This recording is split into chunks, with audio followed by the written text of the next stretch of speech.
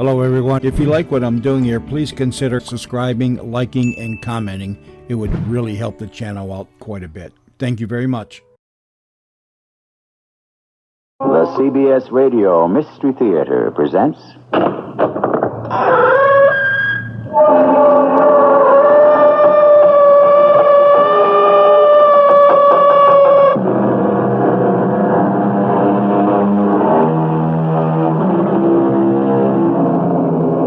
Come in. Welcome. I'm E.G. Marshall. Nothing is secret that shall not be revealed. So the great book tells us. And yet, you think of the Herculean efforts that are made to keep things hidden. Nations spend billions of dollars on secrecy. Men and women desperately devote unlimited amounts of time and effort to prevent certain personal facts from coming to light. But sooner or later, a time comes for the truth to emerge. Then no pit is deep enough to hide it.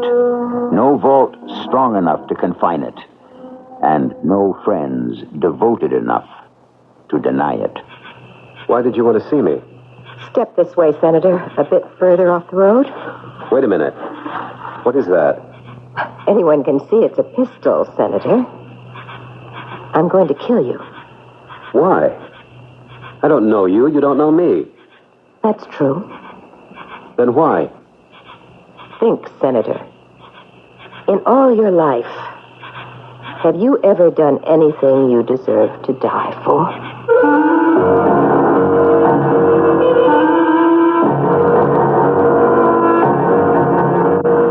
Our mystery drama, The Look, was written especially for the Mystery Theater by Sam Dan and stars Michael Tolan.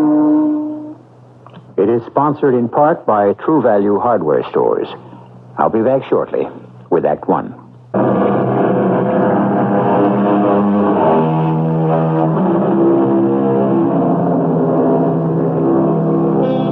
As the poet said, I drank at every vine. The last was like the first. I came upon no wine so wonderful as thirst. Thirst. To thirst is to live. Just as we must constantly slake the thirst for water or wine, there are those who can never satisfy the thirst for love or for power. Our scene, one that is quite familiar to all by now, a public hearing held by a Senate subcommittee. Thank you, Mr. Chairman. I have only a few questions to put to this witness. Mr. Dorian, we are all unaware, completely innocent of how you make your living. Will you tell us the source of your income? I must respectfully refuse to answer that question, Senator. But you do have an income. I must respectfully refuse to answer that question. Respectfully. Are we then to understand that you have no income? I must respectfully refuse to answer that question. Mr. Dorian, I have seldom seen anyone so splendidly turned out as you are. That suit is obviously the creation of a master tailor. Shirt, tie, shoes, everything speaks of elegance. May I ask where the money comes from to indulge such expensive tastes? I must respectfully refuse to answer that question, Senator. I ask all of you here to look upon one of Fortune's elect. He is supplied, it seems free of charge, with a wardrobe fit for a king. We know he lives in a luxurious penthouse, and evidently no one presses him for the rent. He is obviously well-nourished. And yet, from whence comes the wherewithal? How does he manage to survive, indeed thrive, without any source of income? Could you enlighten us, Mr. Dorian? I must refuse to answer that question, Senator. Respectfully. I have no further questions, Mr. Dorian. But neither I nor this committee nor the American people are finished with you. Mr. Chairman, I reserve the balance of my time. All right. Turn it off, Irma. I think they're due to recess for lunch anyhow. Isn't Frank absolutely magnificent, Dad? We have a presidential candidate. I don't know if he wants it. He wants it. Well, he told me he didn't. He has to say that. It's a matter of form. You mean he has to lie to his wife? Especially to his wife. Why? We never held any secrets from each other. And you see, when a man becomes president, his wife loses him. I refuse to believe that. No, the presidency comes between you. And he senses that already. That's why he's protesting to himself that he doesn't want it. But it's all ritual. I want him to become president. He'd make a great president, and I'll do all I can to make him see it. Well, I've been talking to people. Are they impressed? If the convention were tomorrow, he'd be taken very seriously. But it's a year and a half away. That's why we have to be careful. Very careful. Oh, listen to us sitting here plotting. It's like one of those old Byzantine intrigues. Yes, well, politics never change. Is Frank coming home for lunch? No, he has a date with guess whom? Elizabeth Atwell. Oh, the Dowager Empress of the Washington Press Corps. Well, our boy has arrived, really and truly.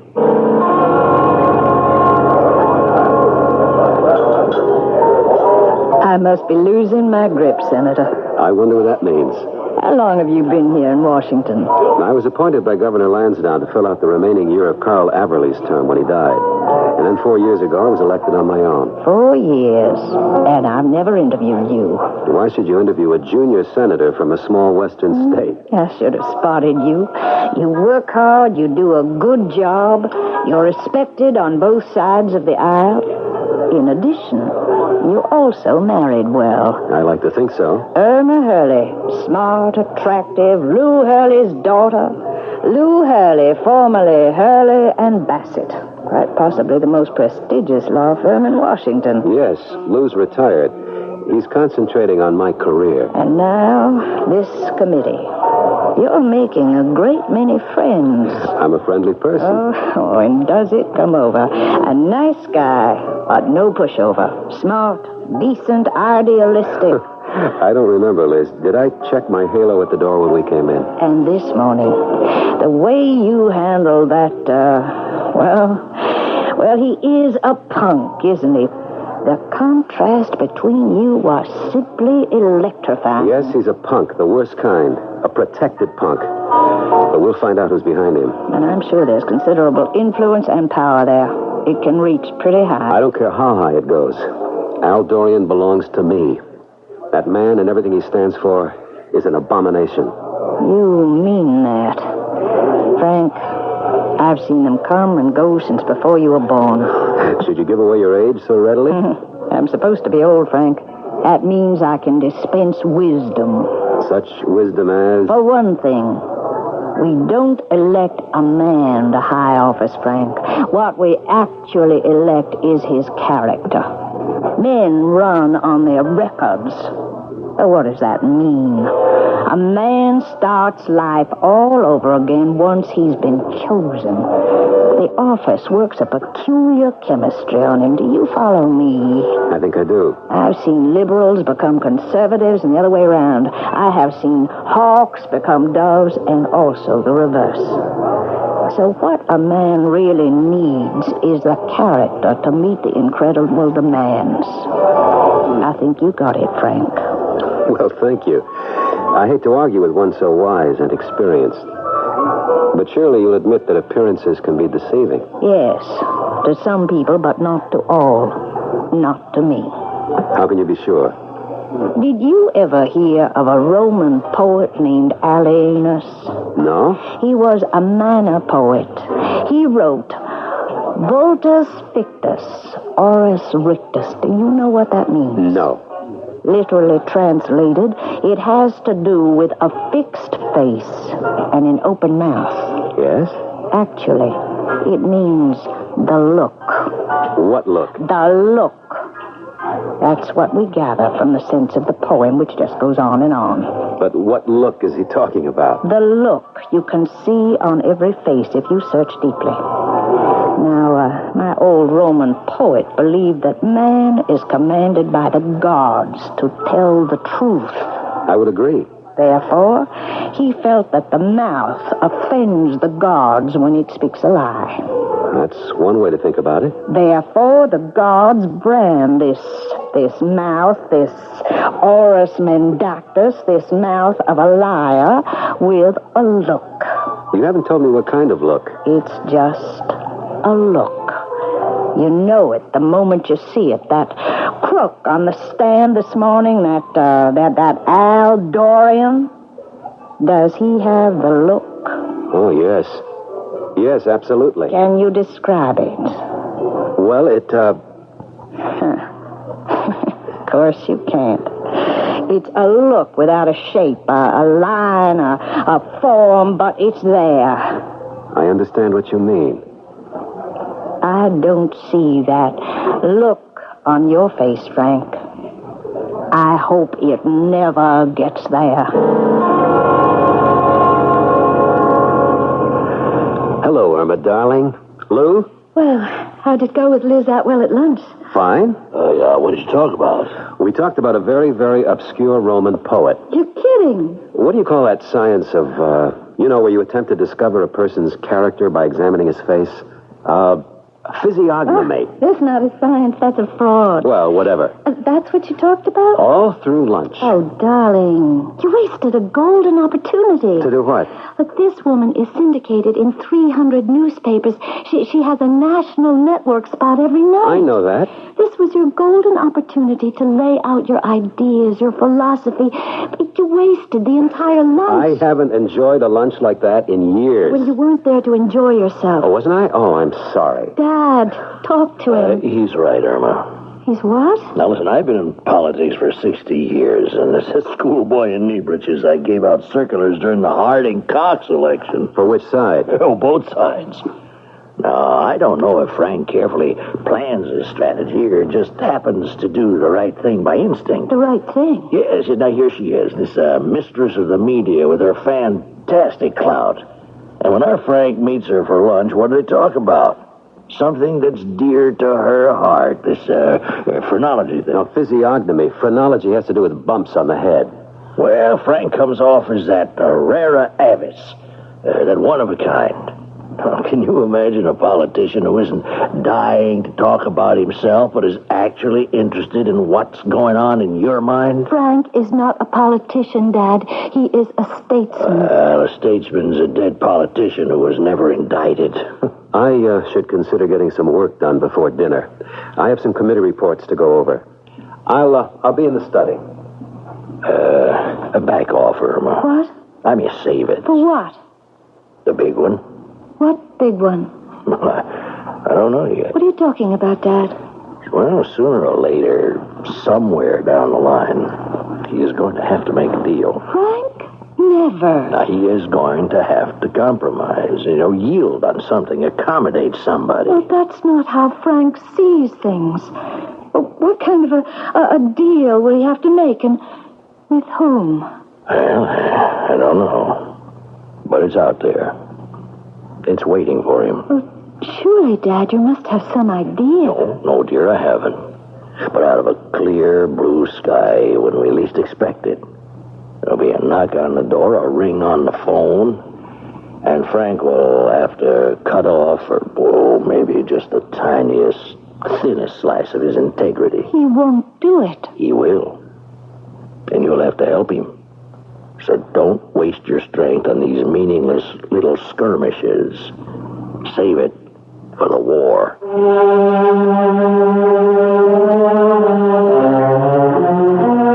The war. Yes, it's true. Every day of our lives, we must fight to preserve and protect our integrity. We are assailed on all sides by the easy way, the convenient, perhaps the profitable way.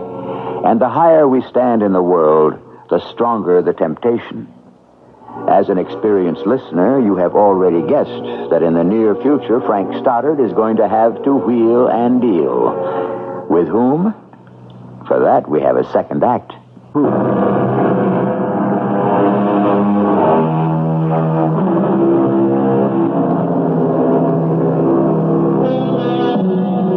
It was the Greek historian Herodotus who told us that the bitterest pain known to man is to have much knowledge but little power.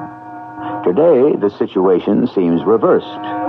In so many places, the people are ruled by those who have much power but little knowledge. And here we are in the midst of a story that deals with a man who has power but whose knowledge is yet to be ascertained.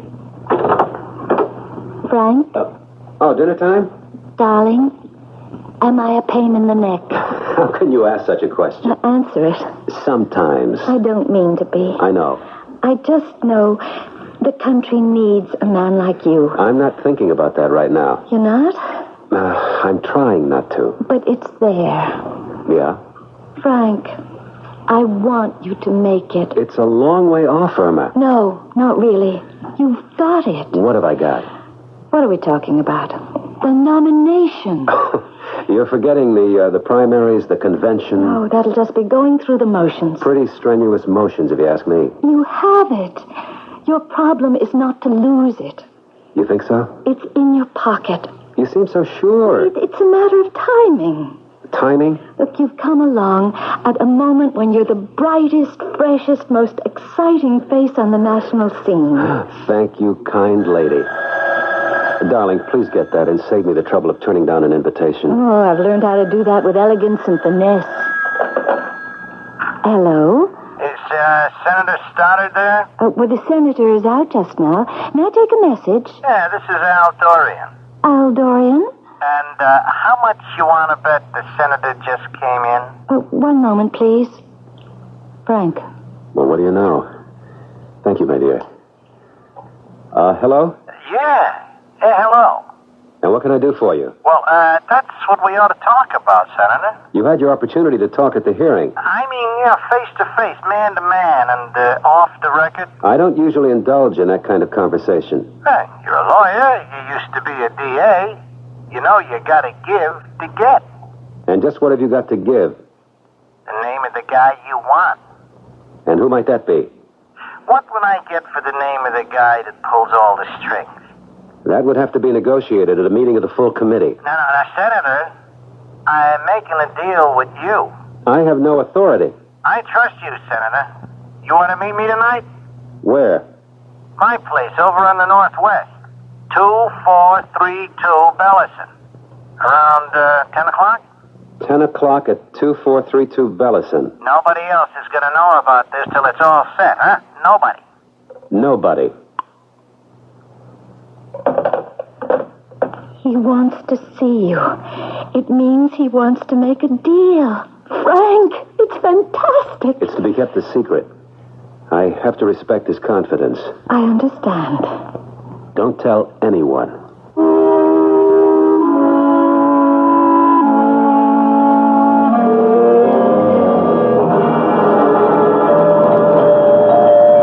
Is anybody there? Anyone home? What the... What's wrong? Who's... Dorian, where's the light? Wait. Dorian. Oh, Dorian, what happened? I've been shot. That's what happened. Doctor, where's the... Oh, I see it. That's an emergency number. Dorian, are you... Hello? Hello, police. Police, listen. A man has been shot at 2432 Bellison. 2432. Get an ambulance here and hurry. You shut your mouth off, didn't you? No, believe me, I kept my word. Yeah. Dorian. Oh, maybe they figure they play it safe. Look, don't try to talk. Save your strength. What strength? Man, I'm dying. The ambulance will be here. What are you doing here? Look, save every ounce of strength. Who are you? Oh, I respectfully refuse to answer because what? Why didn't I want to answer? I can't remember. That's not important right now. I'm trying to remember the name of this guy. But nobody knows him, see? But drugs and girls and gambling. He owns it. He got all of it, you understand? Look, just try to be calm. Who are you? What are you doing here? I'm Senator Stoddard. Knight in shining armor. I'm gonna make you president of the United States. I'm a bum, but I'm gonna make you president. Even if you don't like my shoes, my shirt, my suit. I never said I didn't like them. I'm gonna give you something, and you can't give me nothing. I'm dying.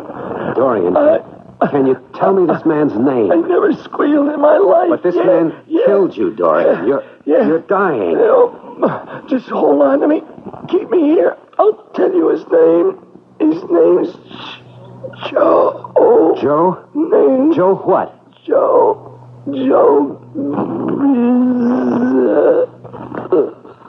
Joe Bizet? Is that it, Dorian? Dorian.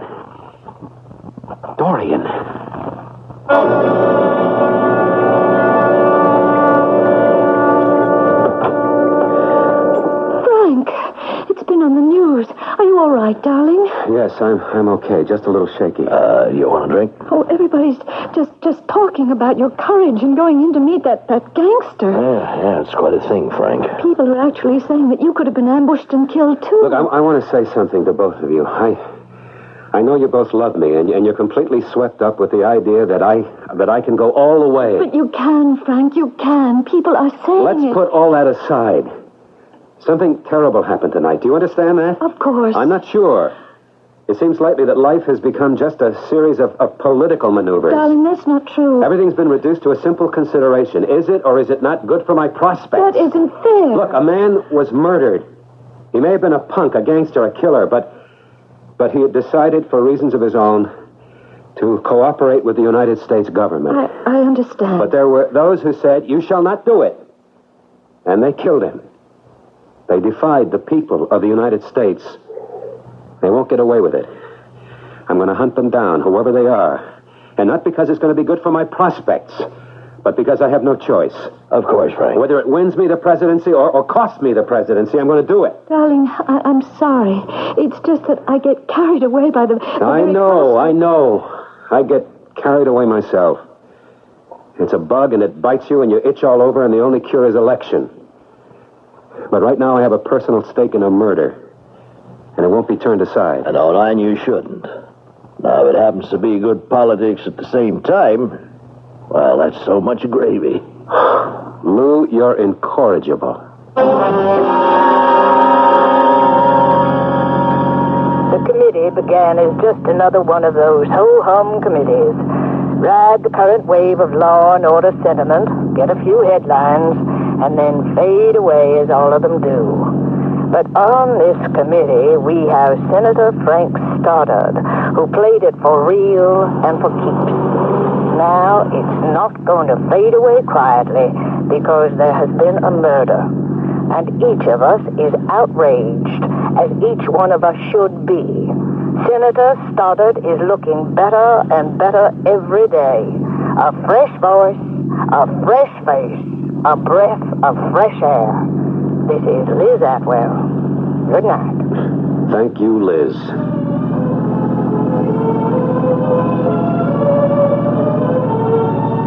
Now, what's that up ahead?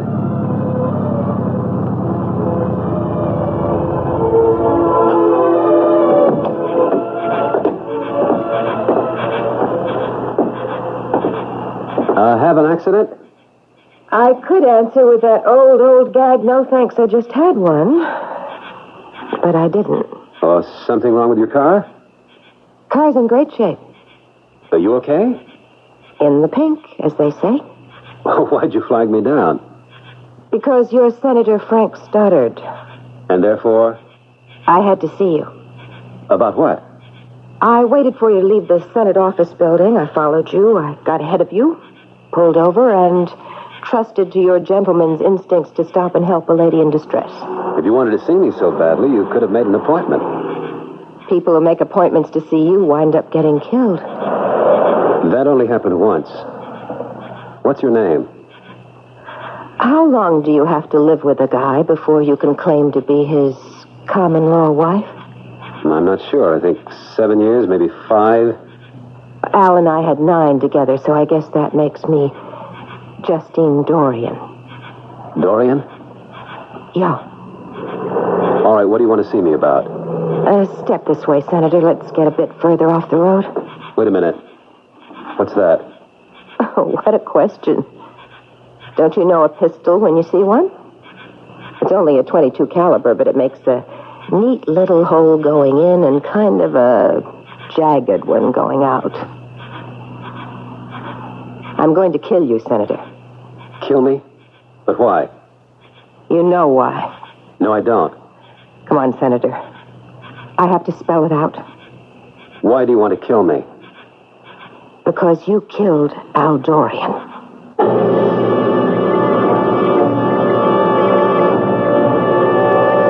Is that why? But wait. We were there. We know that Al Dorian was already dying when Frank Stoddard arrived. Evidently, she doesn't have that information. But she has a gun. And her mind seems to be made up. A pity none of us can tell her she's mistaken. We'll see how well Frank does when I return with Act 3 in just a few minutes.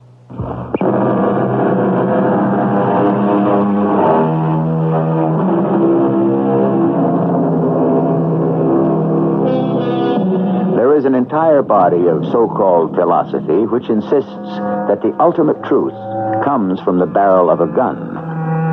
As a premise for a scholarly discussion, it is, of course, highly dubious, but as a practical matter, when one is faced with a physical fact, it becomes a serious debate indeed. And if you are the person without the gun, it's an argument you cannot afford to lose. How can you say I killed Al Dorian? You're pretty good, you are, the way you put on that injured innocent. But it doesn't make sense. No? Al would be a key witness for the committee. What is there about you? I know you're lying, but that face, that innocent face, those deep blue eyes, so filled with honesty, sincerity. In just a minute, you'll have me crying. What am I lying about? Oh, cut it out. You're talking to me. What am I saying that's making you so angry? We had this argument, Al and I said, Al, he knows he's playing a game. And Al said, no, he's a chump. He don't know. What don't I know? Al figured he could shake you down. All he had to do was tell you. And you'd cave in. Tell me what? I said, Al, it's dangerous. You can't fool around with those guys. But Al kept insisting. It'll be private between me and him. Who's going to know? But you had to kill him. Because he knew too much. Please, listen to Poor me. Al. Underneath, he was just small time. He didn't realize he was only playing a part. That you were playing a part. What part am I playing? What are you doing on that committee? Who are you kidding? You're there to make sure it doesn't get out of hand. To steer it away from your father-in-law. What did you say? Don't you take another step. What did you say? I'll shoot. What did you No! say? You're hurting me. What about my father-in-law? Let go of me. Tell me about my father-in-law. Tell me. No. And let go of that gun. I don't need a gun. I've already killed you. I killed you without it. What are you saying? You didn't know. I see it now. I'm sorry. No, I'm not sorry. Al's dead. That's all that counts. He's dead. The two of you. What about my father-in-law? Al told you just before he died. He didn't mention my father-in-law's name. I know that. But the name he did mention should have told you everything. He told me nothing. Joe Bizet. I never heard of it. Neither has anyone else. Joe Bizet. That's not the name. What is it then? Bassett. Joe Bassett. What? You know who Joe Bassett is. No, that's impossible. Why is it impossible? Joe Bassett was my father-in-law's partner. The famous law firm of Hurley and Bassett. You can't be serious. You can't even be sane. Why not? Lou Hurley and Joe Bassett, two of the most upright Come on, citizens. Bet. Lou Hurley handled the corporations and Joe Bassett took care of the criminals. Not that Lou's people weren't criminals, too. They just stole in a different way. Joe made the great courtroom reputation, the great mouthpiece. I refuse to believe a word of this. All those big mobsters. Joe Bassett saw how he could play his cards in such a way that they would be working for him. You can't prove any of this. And he did. He had enough on everybody to keep them all in line. Prove it. You know I'm telling the truth. Even if you are, which I doubt, why does Lou have to be involved? Lou knew. He kept his mouth shut and took his piece. Proof. Proof. Where's your proof? For years, Al Dorian's been the errand boy, the gopher. The connection between Joe Bassett and the guys who get their hands dirty. I insist. Where's the proof? You are the proof. Yeah, you. 12 years ago, you marry Lou's daughter. Who are you? What are you? Just a kid lawyer and nobody on the DA staff in some jackrabbit sheep ranch county. But you get an idea you want to run for your boss's job. Who put up the dough for your campaign? Lou loaned me $5,000, and my wife and I toured the state in my car. Good Lord, you really believe it? You think that's what does it? You shake hands with a couple of apple knockers, you invest a few thousand in some bumper stickers and buttons, and you're in? Who bought the votes? Who twisted the arms? Who called in the favors? I was elected on my platform. Oh, sure. Who got you the editorials, the endorsements? Do you know? Can you even begin to imagine the kind of money that's been spent on you? Who ordered old Governor Lansdowne to pick you to fill the Senate vacancy when Averly died? I made my reputation as a district attorney who cleaned out organized crime. Sure. And who saw to it that you got the evidence? Who made sure you got the goods on guys they no longer had any use for? All right, go ahead. Tell me why anyone would do it. Why not own a man who might one day be in the White House? How could anyone hope to own me? Senator, one day they might want something very bad. And they'd say to you, Frank, you have to make it happen. Or else it'll come out that it was racket money, mob money that supported you all along. I don't believe it. Oh, I'm not saying they'd pull a stunt like that just to fix a traffic ticket. Oh, no, it would have to be something big. And they could maybe only do it once, or maybe they'd never have to do it at all. How do I know you're telling the truth? How do I know it isn't all just a story to... To what, Senator? Have I asked you for anything? Am I looking for something? I'm even sorry. Because I can believe you didn't know. And that means you didn't kill Al. But who did? You can find that out. Who knew you were going to meet him? And where? Who knew? Who?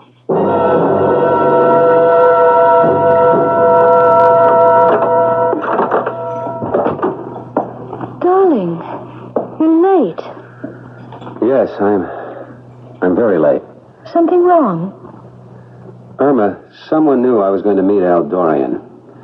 But only you and I were aware of it. And I know I didn't tell anybody. Frank, well, what are you trying to say? Did you tell anybody? Well, why would I tell anyone? Did you? Well, of course not. Not even Lou? Oh, well... Well, what?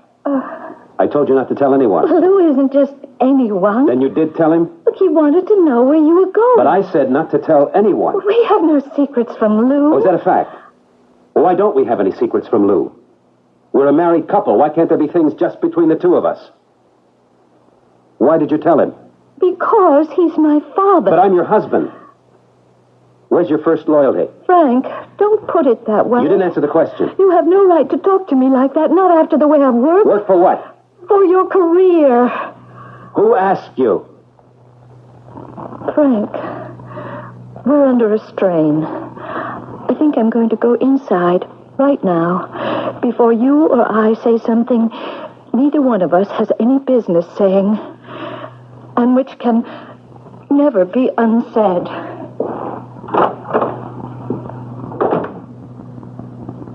She loves you, Frank.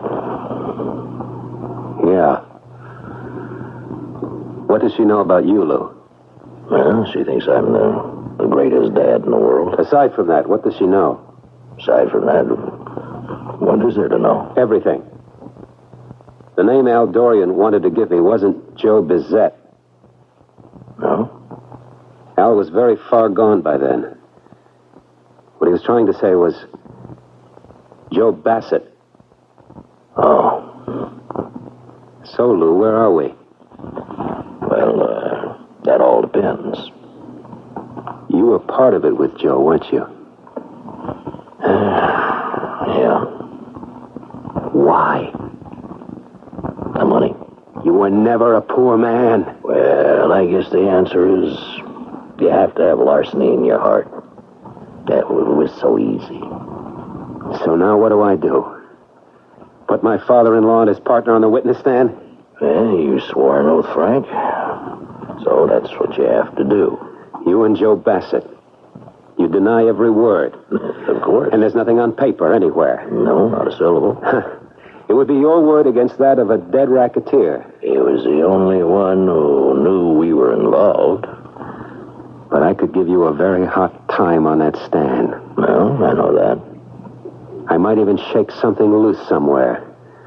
Someone sitting in jail, or someone who has to make a deal with the cops or plea bargain with some district attorney might put two and two together and come forward. Yes, it's entirely possible. Of course, I would look great doing it.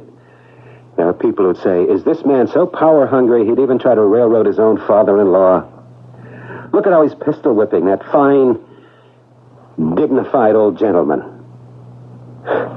It could end my career. Well, that shouldn't stop you. And it would also destroy my wife.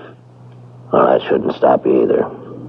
The history of high office is filled with devastated wives. Now, you have your oath, and your job, and your duty. It comes down to this. I'm not tough enough or ruthless enough. And you have another alternative. Just forget the whole thing. I suppose that is a way out. We've always had graft, crime, corruption. Maybe we always will. And occasionally a hot young crusader comes along and makes a few waves. But it's all froth. Underneath, it's still business as usual. And giving me and Joe a hard time won't get you all that far. I've been out of it for quite a while. You know, Joe is a sick man. And already, new people, and we don't even know who they are, new people are moving in. So you advise me to forget it? It's over, Frank. It was a dim, forgotten, receding past. The murder of Al Dorian is very much in the present. Yeah, that was just kind of a last hurrah. And it was done for your sake. For my sake? Yes. To spare you this trauma. I'm sorry it was botched. He should have been dead before you got there. You're to get away with murder. I know you're a man of ideals to a certain extent. We all are. You see, life forces you to make compromises. The minute you make the first one, you begin to die. Lou, you're the only one who can save me. Take it out of my hands. Come forward on your own. Turn yourself in. I'm sorry, Frank. At the same time, you'll be saving yourself. From what? Come here, Lou. To the mirror. See? It's on your face. I never noticed it, but it's there. What is there? The look. What look? Liz Atwell called it oris mendactis. The look of the liar. But I saw the same look on Al Dorian's face. Only it gets deeper and wider, and it becomes the look of death. Can't you see it? I think you're crazy. All the years you worked with Joe Bassett, you knew it was wrong. You tried to break away, and then I came along. Oh, how hard you worked for me, Lou. You saw it as kind of an atonement for the things you did. But it's not enough. You have to do a lot more. Yes, destroy myself. Save yourself. Come forward freely, and that look will disappear. Prove it. Just decide right now to turn yourself over, and watch how that look will fade away. I can't. Go ahead, and then see what happens in the looking glass. I can't, Irma. I don't want her to know. She'll know. You wouldn't tell her, Frank. Now, you wouldn't. No, but you will. You'll have to. If you don't help me, Lou, I'll just walk away from everything. She'll want to know why. I won't say a word. She'll turn to you. Sooner or later, she'll get it out of you. And if she gets it that way, you'll have lost her forever. Frank. This way is the only way you can keep her. You tell her, Lou. It's what you have to do. And I can see it on your face. You've already decided. You knew all along the moment would come. Daddy, why are you staring at the glass? What do you see there? I see nothing. Nothing at all, honey. Thank you, Frank. What are you thanking him for, Dad? Well, it's a long story. You remember I used to tell you long stories when you were just a little girl? That's what I miss most of all. The stories. Well, darling, tonight, I think I'd like to tell you another story.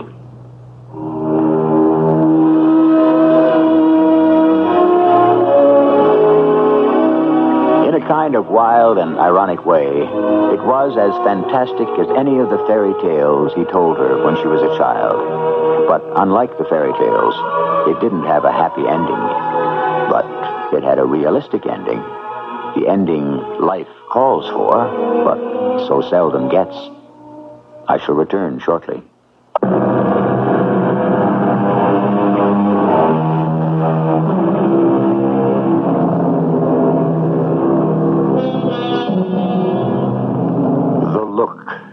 How the ancients believed in it.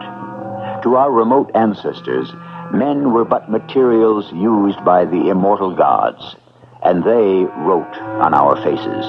They wrote our fears, our fantasies, and our fate. Yes, the face of a human being is an open book, if only you know how to read it. Our cast included Michael Tolan, Carol Teitel, Teri Keane, and Earl Hammond. The entire production was under the direction of Hyman Brown.